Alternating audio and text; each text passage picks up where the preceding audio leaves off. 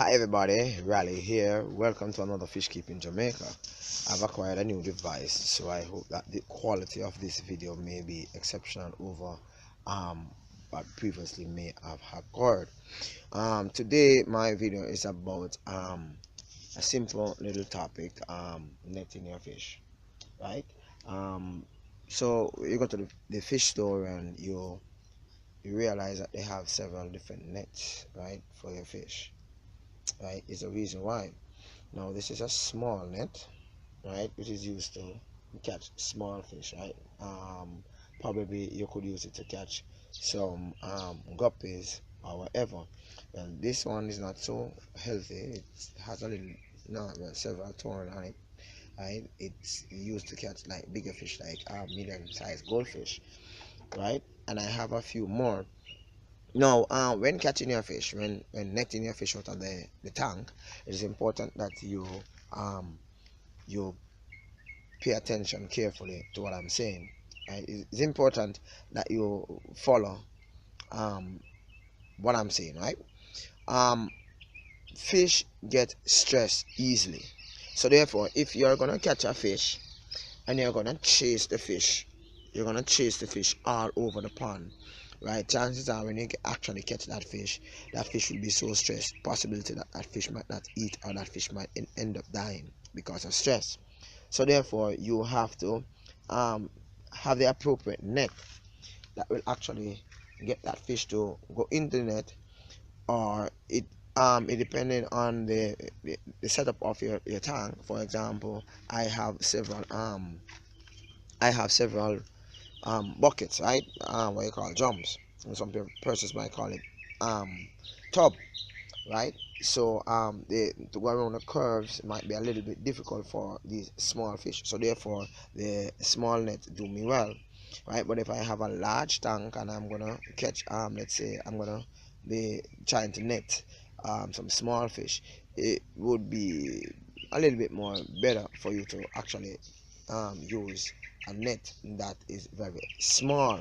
In addition to that, some fish you cannot use net whatsoever, especially like for example when they are fries. For example, I show you a while back where in which I had some goldfish in my little pond, right, or even in my tote, I think, right? Yeah. And I told you that I use a spoon. Now I use a spoon so as to get the fries out of the tank and to place them where I need them to place. Now some persons might use a siphoning hose, right, to get the fries out of the wherever they are, and place them wherever they want them to be. However, this I do not recommend, because the siphoning hose kind of give a little, I think it's my belief that siphoning hose kind of what you call it now, stress the fish a little bit more than you using the spoon. Yeah, using the spoon is a little bit stressing, whereas if you have, like, let's say 200,000 fries within a pond, right? So what I would suggest is that you probably get a very large net that is very made out of very fine material, which would not allow the fish to actually get stuck in it, right? Very fine, right? In addition to the netting, as to the netting quality of your like when you're netting on fish, you can buy nettings based on the size of the holes, right? You don't want for example, you will use, although this is a small, well, this net have actually done a good work so far, but although I've been using it all around for most of my tanks. I'm coming to that in a few minutes. The You don't want the fish fins and the different parts of the fish to be stuck into these holes. So you have to assess whether or not the fishes are going to be stuck into these little fine holes. So you have to assess it before you actually use the net. Okay, so netting, everybody goes through that, where you have to net a one fish or two fish, and whenever you're netting a fish, it is best if you net them headway. So you net the fish, it's either So you would actually net the fish, with the fish being swimming into the net rather than the fish chasing away from the net. This kind of put a little stress on the fish. Or you go underneath the fish and you lift the fish upward, right? You go underneath the fish and you lift the fish upward, but don't chase the fish around the tank. If you find that the fish is plain difficult for you not to catch it, you can practically make a fish trap. You can make a fish trap, put in some buckets, or put some stuff in it that you think the fish will be inquisitive enough to actually go and investigate, and you just put the net over it and take up the container out of the tank. But if you chase the fish around the tank, chances are your fish will end up become sick because it will be so stressed.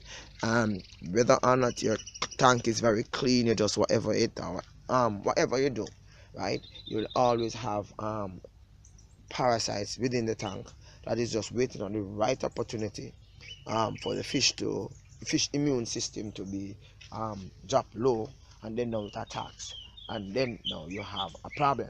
Okay, so usually when you move your fish from one tank to the next, right, the fish, regardless of what you do, regardless the best ornamental fishing individuals, right, the fish will feel some amount of stress.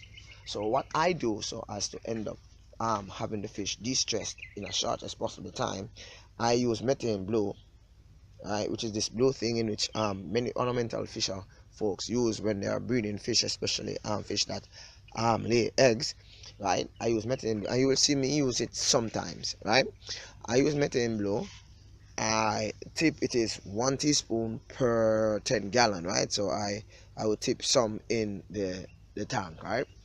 And if you have a very big tank and you know that it is very expensive, when I say very expensive, I mean from my standpoint, right, it's like an expensive medication. So what you could do, you could catch the fish. You want to distress the fish, you catch the fish, you put the fish in a small container, you put a little methane blue in it, you let the fish stay there for a couple minutes, probably it depends on the size of the fish, you probably an hour.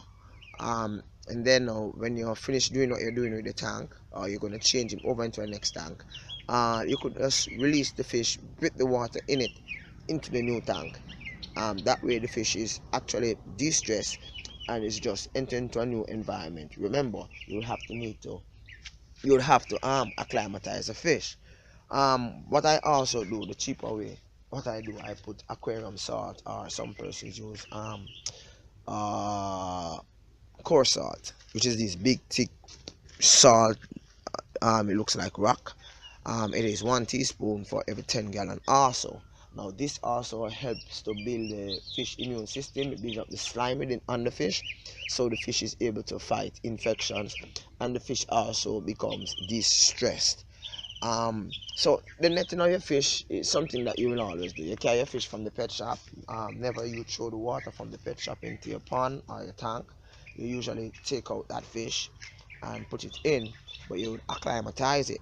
Now it depends on the container in which you get your fish in. You would use a net, or you use your hand, or whatever. Alright.